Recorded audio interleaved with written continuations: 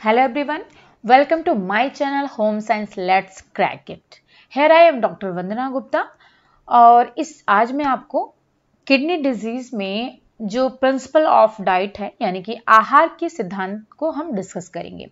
इसके पहले हम किडनी डिजीज होती क्या है, वो कितने टाइप्स की होती है, जैसे कि अल्पकालिक और दीर्घकालिक, जिसे कि हम क्रॉनिक किडनी डिजीज कहते हैं और उसको एक्यूट किडनी डिजीज कहते हैं, यानी कि या फिर एक्यूट रीनल फेल्योर या फिर क्रॉनिक रीनल फेल्योर, तो ये कहते हैं। इसके बीच में क्या डिफरेंस है और इन दोनों में ही आपका इटियोलॉजी क्या है इसकी, और इसकी जो है कौन कौन से सिम्टम्स हैं, इसमें किस टाइप का आहार दिया जाता है। थोड़ा सा आहार के बारे में हमने डिस्कस किया हुआ था और सिम्टम्स और जो इसकी इटियोलॉजी है वो हमने डिटेल में डिस्कस किया हुआ था।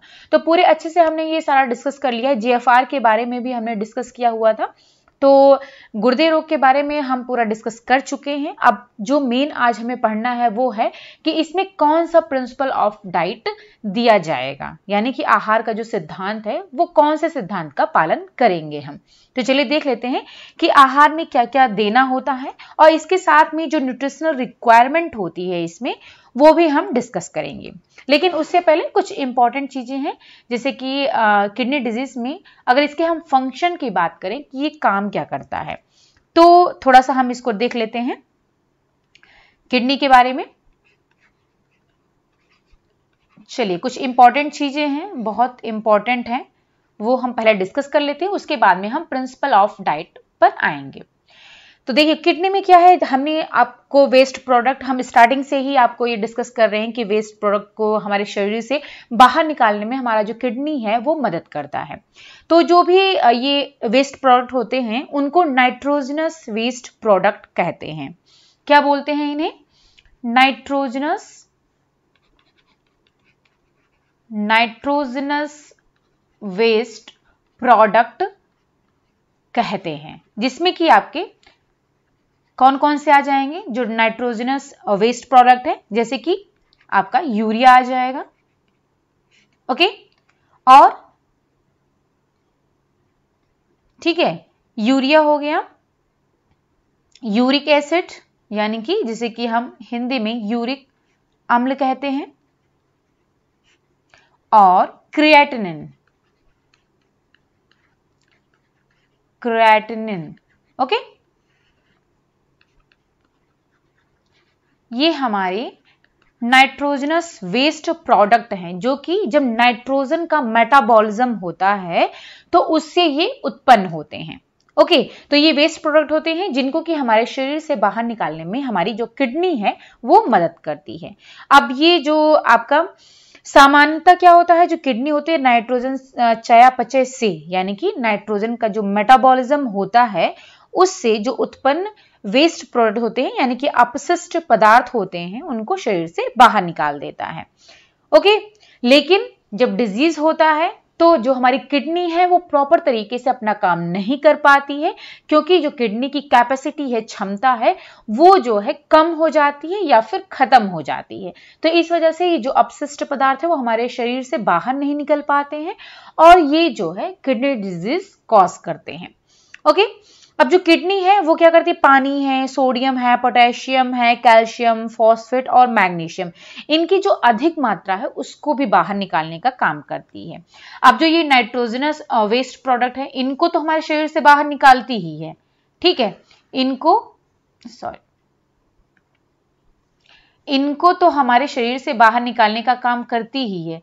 साथ साथ में जैसे कि पानी हो गया, सोडियम, जो कि हमारे शरीर में जितनी रिक्वायर्ड अमाउंट है अगर उतना है तो देन कोई प्रॉब्लम नहीं, लेकिन जब उससे ज्यादा हो जाता है तो उसको हमारे शरीर से बाहर निकाल देता है, क्योंकि कोई भी चीज अगर अधिक हो जाती है तो वो फिर हार्मफुल होने लगती है। तो ऐसे ही ये भी सारी चीजें हैं, तो जैसे पानी है, सोडियम है, पोटेशियम हो गया, और क्या, कैल्शियम हो गया, और फॉस्फेट और मैग्नीशियम। तो ये जब हमारे शरीर में अधिक हो जाते हैं, यानी कि जितनी हमारे शरीर को रिक्वायरमेंट है उतना तो वो यूटिलाइज कर देता है, लेकिन जो एक्स्ट्रा बचता है वो किडनी हमारे शरीर से बाहर निकाल देता है।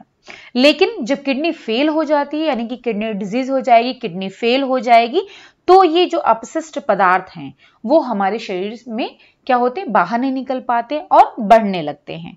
ओके, अब क्या है, ये तो हो गया। इसके अलावा विटामिन डी, आप जानते ही हो विटामिन डी का जो क्रियाशील रूप होता है,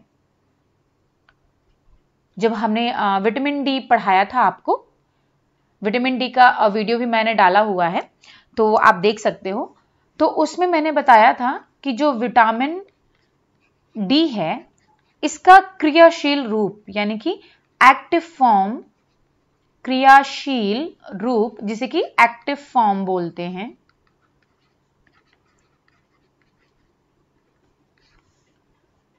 वो कौन सा है, वो है आपका 125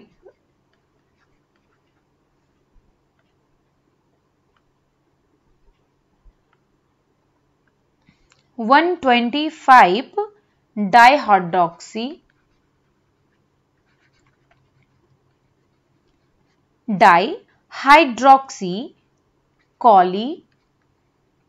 कैल्सीफेरॉल। ओके, ये इसका एक्टिव फॉर्म है, यानी कि क्रियाशील रूप है। Okay, 125 dihydroxy calciferol. ओके, अब ये क्या होता है, ये इसका एक्टिव फॉर्म होता है विटामिन डी का, तो जिसका उत्पादन किसके द्वारा होता है, किडनी के द्वारा। ये आपका इसका उत्पादन यानी कि प्रोडक्शन किडनी के द्वारा होता है। ओके, यानी कि विटामिन डी का जो एक्टिव फॉर्म है, जब ये एक्टिव फॉर्म में आता है, अपने क्रियाशील रूप में आता है, तो वो जो 125 डाइहाइड्रोक्सी कैल्सीफेरॉल कहलाता है। और ये जो है आपका, इसका उत्पादन होता है किडनी के द्वारा होता है। इसीलिए किडनी के काम न करने पर हड्डी का रोग हो जाता है। जब भी किडनी डिजीज होती है तो उसके साथ साथ में आप कह सकते हो, इसका साइड इफेक्ट कह सकते हो कि इसके साथ साथ में हड्डी का रोग हो जाता है, क्योंकि विटामिन डी जो होती है आपके बोन्स के लिए सबसे इंपॉर्टेंट होती है, बोन्स डेवलपमेंट के लिए, उनके फॉर्मेशन के लिए जरूरी होती है। तो जब भी विटामिन डी की आपका जब किडनी खराब होगा, किडनी फेल हो जाएगी, तो जो वो 125 डाइहाइड्रोक्सी कैल्सीफेरॉल है, जो कि विटामिन डी का एक एक्टिव फॉर्म है, तो उसका उत्पादन नहीं कर पाएगा, और चूंकि जब उसकी कमी होगी तो उसकी वजह से आपको बोन डिजीज हो सकती है। ओके, तो ये किडनी डिजीज के साथ साथ में आपको बोन्स की भी प्रॉब्लम हो सकती है। अब इसके अलावा इसमें क्या होता है कि जब भी किडनी की प्रॉब्लम होती है तो इसमें जो पेशाब की मात्रा है वो कम होती है। पेशाब की मात्रा यानी कि यूरिन, ये कम मात्रा में होता है। ओके, जिसे कि एक टर्म दिया गया है, उसे बोलते हैं ओलिगोरिया, ओलिगोरिया, और या फिर इसको एन्यूरिया बोलते हैं। ठीक है, तो ये टर्म याद रखिएगा, ये एग्जाम में पूछे जाते हैं। ओके, कि जैसे कि किडनी डिजीज दे देगा और उसमें ऑप्शन में डाल देगा ओलिगोरिया, एन्यूरिया, बोन्स डिजीज और कुछ अलग और भी ऑप्शन डाल देंगे जो कि इससे रिलेटेड नहीं होंगे। देन उसमें जो है आपको ये पहचानना होता है कि हाँ, इसका जो सिम्टम है वो कौन कौन से हैं। तो जो किडनी डिजीज है उसमें जैसे बोन्स डिजीज हो गया, ये हो सकता है, और यूरिन जो है कम मात्रा में होता है। ठीक है, तो उसको जो टर्म दिया गया है वो बोलते हैं उसको ओलिगोरिया या फिर एन्यूरिया।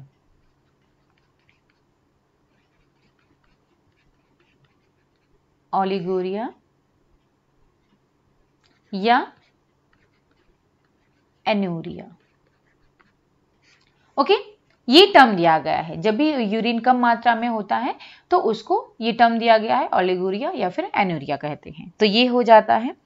अब इसमें क्या होता है कि 20 से 200 ml पर डे ही यूरिन हमारे शरीर से बाहर निकलता है, जबकि सामान्य यानी कि नॉर्मल जो लेवल होता है इसका वो होता है 1.5 लीटर पर डे।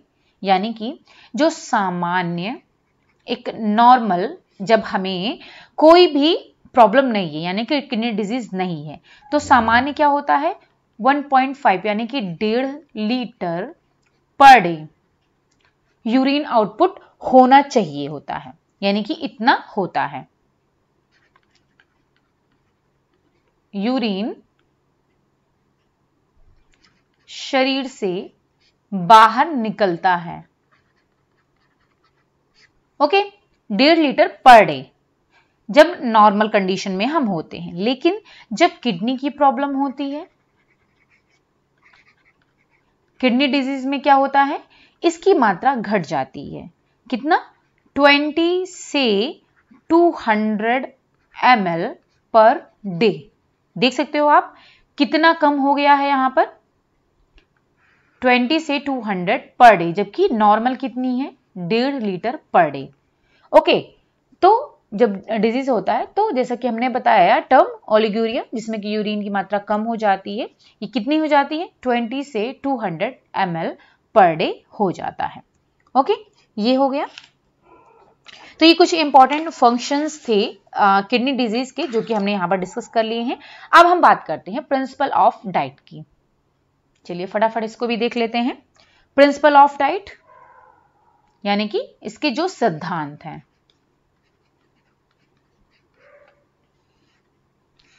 आहार की सिद्धांत की बात कर लेते हैं। तो इसमें देखिए, पहले तो ये कि इसमें आ जाएगा कम प्रोटीन,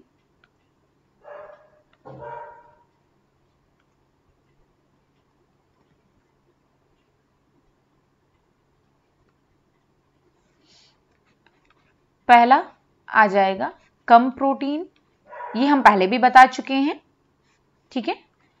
फिर सेकंड है कम तरल पदार्थ, नेक्स्ट है अधिक कार्बोहाइड्रेट, अधिक कार्बोहाइड्रेट, कम नमक और पर्याप्त मात्रा में वसा देना होता है। ओके, तो ये आपका प्रिंसिपल ऑफ डाइट है, कम प्रोटीन, कम तरल पदार्थ, अधिक कार्बोहाइड्रेट, कम नमक और पर्याप्त मात्रा में वसा यानी कि फैट देना होता है। चलिए, ये प्रिंसिपल ऑफ डाइट हो गया। अब इसके बाद में हम देख लेते हैं अलग अलग, हमने 2 टाइप्स की किडनी डिजीज बताई थी आपको, एक अल्पकालिक और एक दीर्घकालिक, ठीक है, एक एक्यूट और दूसरा क्रॉनिक। तो सबसे पहले हम यहां पर डिस्कस करेंगे जो आपकी अल्पकालिक किडनी डिजीज है, उसमें जो है आहार व्यवस्था क्या देनी है। अल्पकालिक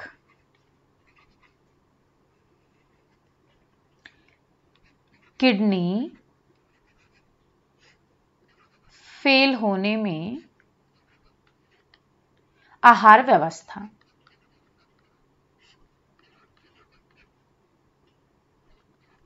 ओके, यानी कि एक्यूट रीनल फेल्योर में आपको आहार व्यवस्था यानी कि डाइट मैनेजमेंट में क्या क्या, यानी कि न्यूट्रिशनल रिक्वायरमेंट आप कह सकते हो कि क्या क्या देना है और कितना देना है। तो सबसे पहले इसमें आ जाएगा आपका ऊर्जा,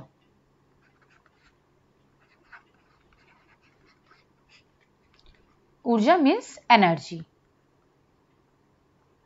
अब एनर्जी में कम से कम इसमें कितना देना है, 600 से लेकर के 1000 किलो कैलोरी, ये मिनिमम आपको देना ही देना है। एनर्जी यानी कि ऊर्जा आपको इतनी देनी ही देनी है, 600 से लेकर 1000 किलो कैलोरी, ये अल्पकालिक किडनी फेल होने पर है, ठीक है। फिर दूसरा प्रोटीन,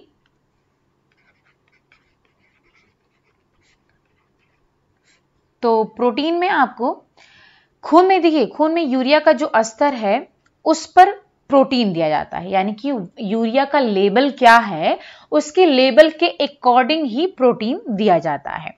बहुत कम प्रोटीन देना होता है, लेकिन यानी कि इसमें काफी कम प्रोटीन देना होता है, लेकिन यदि डायलिसिस पर है, ठीक है, तब 40 ग्राम दिया जा सकता है। वैसे तो कम प्रोटीन ही देना होता है इसमें किडनी डिजीज में, लेकिन अगर वो डायलिसिस पर है इंसान तब जो है 40 ग्राम तक दिया जा सकता है। ओके, क्योंकि डायलिसिस में क्या करते हैं, जो किडनी फेल हो गई है तो उसको क्या ट्रांसप्लांट किया जाता है, डायलिसिस अभी हम आपको बताएंगे, ये भी 2 टाइप का होता है।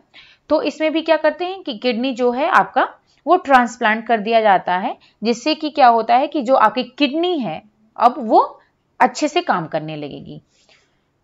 तो अगर डायलिसिस पर है, ये तो हम पहले बता चुके हैं आपको कि कम प्रोटीन देना होता है, लेकिन अगर डायलिसिस पर है देन 40 ग्राम तक दे सकते हैं। ओके, फिर नेक्स्ट प्रोटीन के बाद आ जाता है कार्बोहाइड्रेट।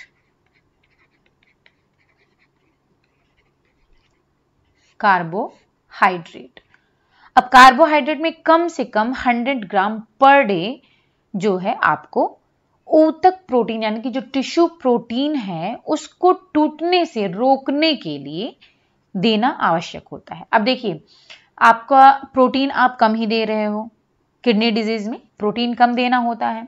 तो अब चूंकि अब जो हम शरीर को हमारे वो एनर्जी कहाँ से मिलेगी, एनर्जी की जरूरत है। तो अगर जो है एक तो कम प्रोटीन दिया जा रहा है, अगर कार्बोहाइड्रेट भी कम दिया जाएगा तो इससे क्या होगा कि प्रोटीन भी एनर्जी देने का काम करता है। कार्बोहाइड्रेट, प्रोटीन और वसा तीनों ही एनर्जी प्रोवाइड करने का काम करते हैं। तो चूंकि अब जो प्रोटीन है वो तो ऑलरेडी कम दी जा रही है, और अब क्या होगा प्रोटीन से, अब अगर कार्बोहाइड्रेट भी हम कम दे देते हैं तो क्या होगा इससे कि जो शरीर को ऊर्जा है वो कार्बोहाइड्रेट से जब पर्याप्त मात्रा में उसे ऊर्जा नहीं मिलेगी काम करने के लिए, तो वो क्या करेगा प्रोटीन से ऊर्जा लेने लगेगा। तो इससे क्या होगा, प्रोटीन जो टिश्यू प्रोटीन है वो टूटने लगेगा। तो क्या होगा, इससे प्रोटीन का जो मेन काम है, प्रोटीन का मेन काम क्या है, जो भी हमारी सेल्स हैं, कोशिकाएं हैं, जो हमारे टिश्यू हैं उनको रिपेयर करना, उनको मेंटेन करना और नए ऊतक का निर्माण करना, ये काम होता है। तो अब चूंकि अगर प्रोटीन वो ऊर्जा देने का काम करने लगेगा तो प्रोटीन अपना जो मेन काम है, मेन फंक्शन है यानी कि मुख्य कार्य है वो नहीं कर पाएगा। तो इसी वजह से कार्बोहाइड्रेट अच्छी मात्रा में देना होता है। तो इसमें जो कार्बोहाइड्रेट है वो कम से कम 100 ग्राम पर डे देना होता है कार्बोहाइड्रेट। ओके, जिससे कि टिश्यू प्रोटीन को टूटने से बचाया जा सके। फिर आता है नेक्स्ट में आपका आ जाता है तरल पदार्थ। ओके, तो अब जो तरल पदार्थ है ये इस पर डिपेंड करता है, तरल पदार्थ। ओके, अब ये इस पर डिपेंड करता है कि एक तो 500 ml तो देना ही होता है लिक्विड, और प्लस जितना यूरिन की मात्रा होती है यानी कि यूरिन के द्वारा जो होने वाली कमी है, जितना यूरिन का आउटपुट हो रहा है उतना उसमें प्लस कर दिया जाता है। ठीक है, यानी कि ये कह सकते हो आप कि 500 ml ये लिक्विड देना होता है और प्लस पेशाब के द्वारा जो होने वाली कमी है उतना प्लस कर दिया जाता है, यानी कि जितना यूरिन शरीर से बाहर निकलेगा उतना इसमें ऐड कर दिया जाएगा।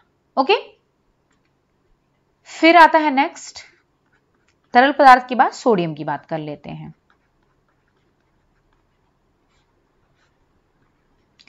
अब सोडियम की हम यहां पर बात करते हैं तो सोडियम जैसे ऑलरेडी हमने पहले बता चुके हैं कि सोडियम कम देना होता है। तो इसमें भी क्या है कि पेशाब के द्वारा होने वाली जो कमी है, ठीक है, जो भी यूरिन आउटपुट हो रहा है उसके द्वारा जितनी कमी होती है सोडियम की, उसी के आधार पर सोडियम देना होता है। ठीक है, उसके अलावा एक्स्ट्रा नहीं देना होता है। जितना यूरिन आउटपुट में यूरिन के द्वारा जो कमी होती है उसी के आधार पर देना होता है। ओके, ये हो गया। अब सोडियम के बाद में जो नेक्स्ट है वो है पोटेशियम।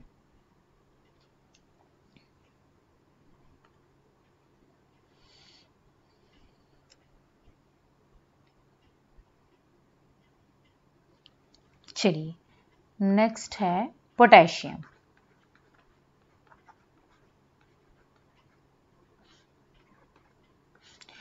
पोटेशियम में क्या है कि इसमें जो है जब भी किडनी का प्रॉब्लम होता है तो जो है इसमें हाइपरकैलेमिया की प्रॉब्लम हो जाती है।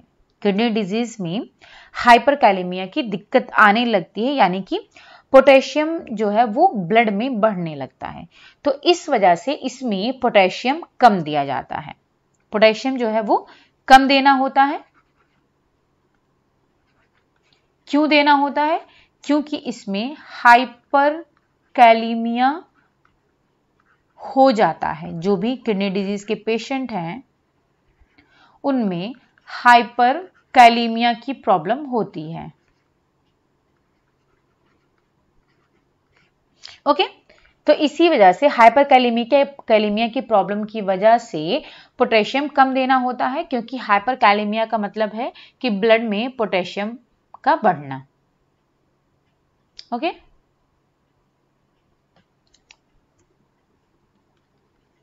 खून में पोटेशियम का बढ़ना।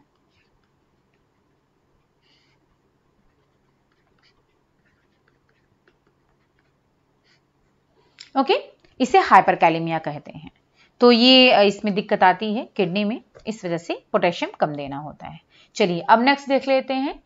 ये तो हो गया अल्पकालीन किडनी में क्या क्या आहार देना है, न्यूट्रिशनल रिक्वायरमेंट क्या है वो हमने देख लिया। अब हम यहाँ पर बात कर लेते हैं आपका है दीर्घकालिक किडनी में, इसमें क्या देना होता है ये भी देख लेते हैं।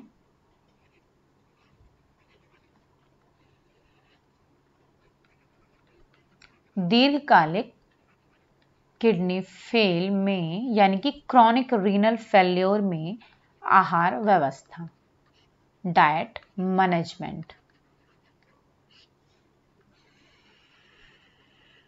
ओके, चलिए फटाफट देख लेते हैं इसको भी।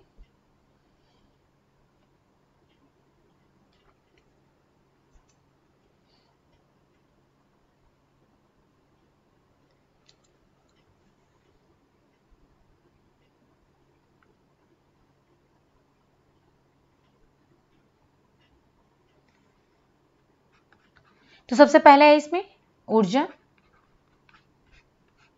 ऊर्जा की बात करें तो इसमें सामान्य किलो कैलोरी देनी होती है, कोई इसमें बाउंडेशन नहीं है, नॉर्मल आप जो है किलो कैलोरी दे सकते हो। ओके, फिर इसके बाद में दूसरा आता है प्रोटीन।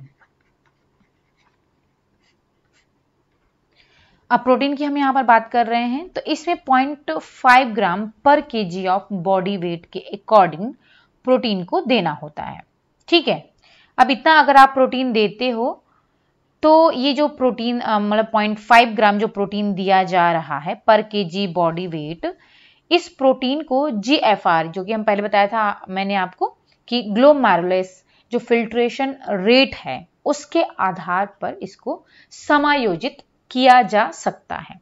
ओके, यानी कि अगर आप 0.5 ग्राम पर केजी दे रहे हो तो इतने प्रोटीन को जो उनका फिल्ट्रेशन रेट है उसके आधार पर, जितना फिल्टर हो रहा है उसी के आधार पर आप उसको समायोजित कर सकते हो।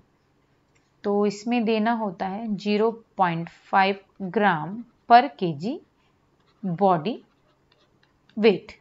ठीक है, यानी कि इतना कम देना होता है जिससे कि आपका जो जीएफआर है उसको मेंटेन किया जा सके। अब यदि क्रेटिनिन लेवल, ठीक है, यानी कि जो क्रेटिनिन क्लियरेंस लेवल है यानी कि क्रेटिनिन निकासी स्तर कह सकते हैं, अगर वो 8 ml पर मिनट से कम है तो डायलिसिस और प्रतिरोपण की जरूरत पड़ती है। ठीक है, कहने का मतलब यहां पर ये है कि अगर जो क्रेटिनिन है वो किडनी के द्वारा हमारे शरीर से बाहर निकाला जाता है, क्योंकि ये एक नाइट्रोजनस वेस्ट प्रोडक्ट है। ओके, तो अब अगर क्रिएटिनिन, ये क्रेटिनिन क्लियरेंस लेवल यानी कि जो क्रेटिनिन हमारे शरीर से बाहर निकल रहा है, इसका मतलब है निकासी स्तर, हिंदी में कहेंगे क्रेटिनिन का निकासी स्तर, अगर ये 8 ml पर मिनट से कम है, यानी कि 1 मिनट में 8 ml से कम अगर क्रिएटिनिन हमारे शरीर से बाहर निकल रहा है तो जो है डायलिसिस या फिर प्रतिरोपण की जरूरत पड़ती है। इसका मतलब है कि जो हमारा किडनी है वो बुरी तरीके से डैमेज हो चुका है, अब वो काम नहीं कर पा रहा है। क्योंकि मैं पहले भी आपको बता चुकी हूं कि फिल्ट्रेशन कितना होता है, फिल्ट्रेशन रेट कितना होना चाहिए। ये हमने जब भी आपको GFR बताया था तो उसमें हमने बताया था कि नॉर्मल कितना होता है। तो अब चूंकि नॉर्मल से ये इतना कम हो रहा है, 1 मिनट में सिर्फ 8 ml या फिर इससे कम जो है हमारे शरीर से बाहर निकल रहा है क्रिएटिनिन, तो इसकी वजह से फिर यानी कि इसका मतलब है कि पूरी तरीके से किडनी खराब हो चुकी है, फेल हो चुकी है। इस वजह से जो है डायलिसिस और प्रतिरोपण की जरूरत पड़ती है। किसकी? डायलिसिस और प्रतिरोपण।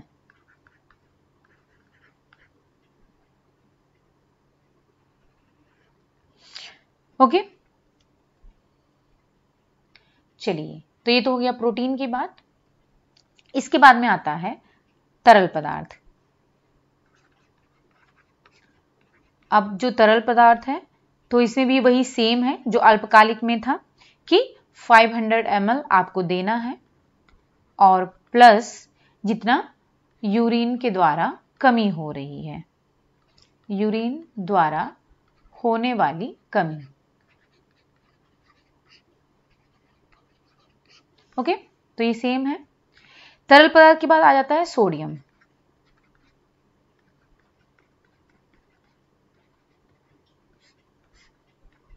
तो सोडियम की बात करें तो इसमें जो सॉल्ट यानी कि जो नमक है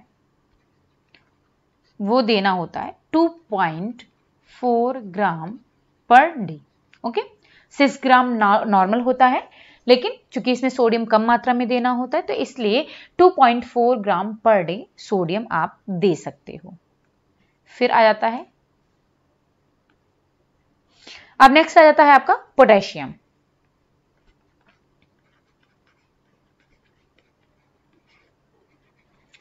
तो पोटेशियम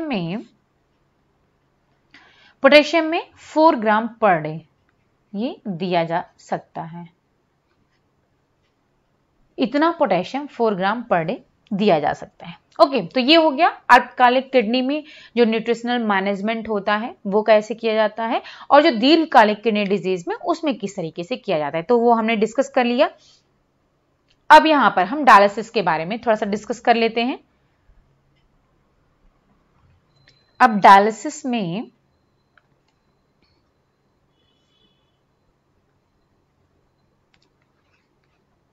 डायलिसिस आपकी 2 टाइप की होती है।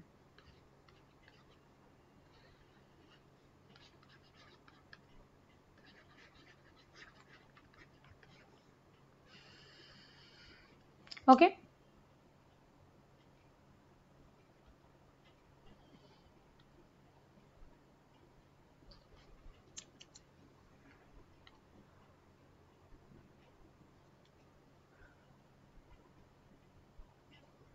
अब इसमें डायलिसिस में 2 टाइप का होता है। एक है जिसे कि हीमोडायलिसिस बोलते हैं, हीमोडायलिसिस कहते हैं इसे,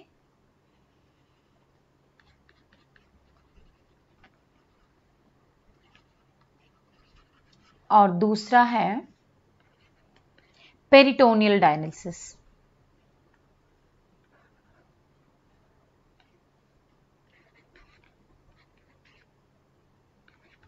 पेरिटोनियल डायलिसिस। ओके, दोनों में डिफरेंस है।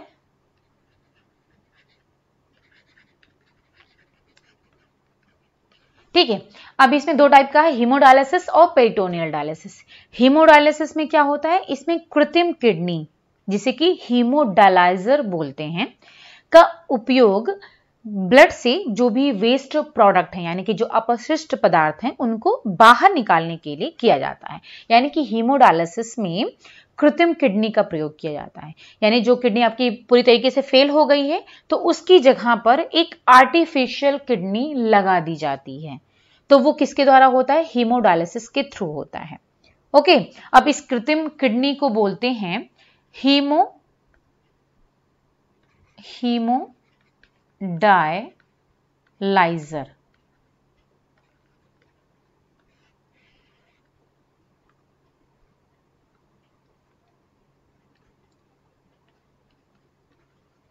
हीमोडायलाइजर, ठीक है। ये हीमोडायलाइजर है जिसे कि कृत्रिम किडनी, ये कृत्रिम किडनी इसी को कहते हैं, यानी कि आर्टिफिशियल किडनी आप कह सकते हो, ठीक है। तो हीमोडायलिसिस में यही किया जाता है, किडनी जब पूरी तरीके से फेल हो जाती है तो उसकी जगह पर कृत्रिम किडनी लगा दी जाती है जिसे कि हीमोडायलाइजर बोलते हैं। अब यह क्या करता है, ये हमारे ब्लड से, यानी कि जो भी पेशेंट है उसके रक्त से जो भी वेस्ट प्रोडक्ट है उनको शरीर से बाहर निकाल देता है, तो इस तरीके से वो बच सकता है।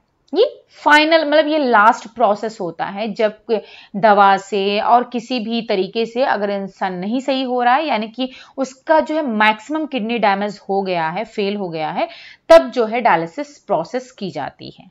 तो ये लास्ट स्टेज पर होती है। फिर दूसरा है पेरिटोनियल डायलिसिस। इसमें क्या होता है, इसमें आपका कृत्रिम किडनी का प्रयोग नहीं किया जाता है, बल्कि इसमें क्या करते हैं, रोगी के शरीर से जो रक्त है, जो ब्लड है, उसको साफ कर दिया जाता है। क्योंकि क्या होता है कि चूंकि जब किडनी खराब हो जाती है तो जो हमारे शरीर से वेस्ट प्रोडक्ट हैं वो शरीर से बाहर निकल नहीं पाते हैं, तो क्या करते हैं कि वो वापस जो है हमारी ब्लड में चले जाते हैं। तो ब्लड क्या होता है, वो जो है गंदा हो जाता है, यानी कि आप ये कह सकते हो अशुद्ध हो जाता है, इम्प्योर हो जाता है। तो इस तरीके से पेरिटोनियल डायलिसिस के द्वारा जो है रोगी के शरीर में रक्त को साफ कर दिया जाता है, यानी कि वेस्ट प्रोडक्ट को हटा दिया जाता है, जिससे क्या होता है, ब्लड जो है वो साफ हो जाता है और वेस्ट प्रोडक्ट शरीर से बाहर निकल जाता है। तो ये जो है पेरिटोनियल डायलिसिस में किया जाता है। और हीमोडायलिसिस में आपका किडनी ही दूसरी लगा दी जाती है, यानी कि आर्टिफिशियल किडनी लगा दी जाती है। ओके, तो ये था हीमोडायलिसिस और पेरिटोनियल डायलिसिस में डिफरेंस। तो आई थिंक आपको डायलिसिस समझ में आ गया होगा, और ये यहाँ पर किडनी डिजीज हमारी पूरी तरीके से कंप्लीट हो चुकी है। तो अब ये हमारा जितना भी डिजीज वाला पोर्शन था जो आपके टीजीटी सिलेबस में था वो हमने कंप्लीट कर लिया है। अब हम आगे जो नेक्स्ट टॉपिक है वो डिस्कस करेंगे आपके न्यूट्रिशन में। ओके, चलिए फिर अगर आपको ये मेरा वीडियो पसंद आया है, समझ में आ रहा है पूरे तरीके से, देन लाइक जरूर कर दीजिए और अपने फ्रेंड्स के साथ, कलीग्स के साथ, जो भी आपके फ्रेंड मित्र जो भी हैं सभी के साथ में, जो भी रिलेटिव्स हैं, क्योंकि चूंकि ये किडनी डिजीज के बारे में है तो ये हर किसी को जानना जरूरी है। ओके, और इस टाइम पर जो कोविड का टाइम चल रहा है, इस टाइम पर तो हर चीज के बारे में हमें नॉलेज होना जरूरी है, क्योंकि कब कौन सी प्रॉब्लम आ जाती है समझ में नहीं आता है, तो ये सारी चीजें पता होनी जरूरी है। तो आप जो है इसको ज्यादा से ज्यादा शेयर करिए सबके साथ में, और जो है अगर अभी आप नए हो, मेरे चैनल को देख रहे हो, तो हमारे चैनल को जल्दी से जल्दी फटाफट सब्सक्राइब कर लीजिए, जिससे कि आगे की जो भी हम आपको वीडियो शेयर करेंगे इस चैनल पर वो आपको मिल सके, ठीक है, नोटिफिकेशन आपको मिल सके उसका। चलिए फिर मिलते हैं नेक्स्ट क्लास में, यानी कि नेक्स्ट वीडियो में। Okay, thank you so much, bye bye and take care.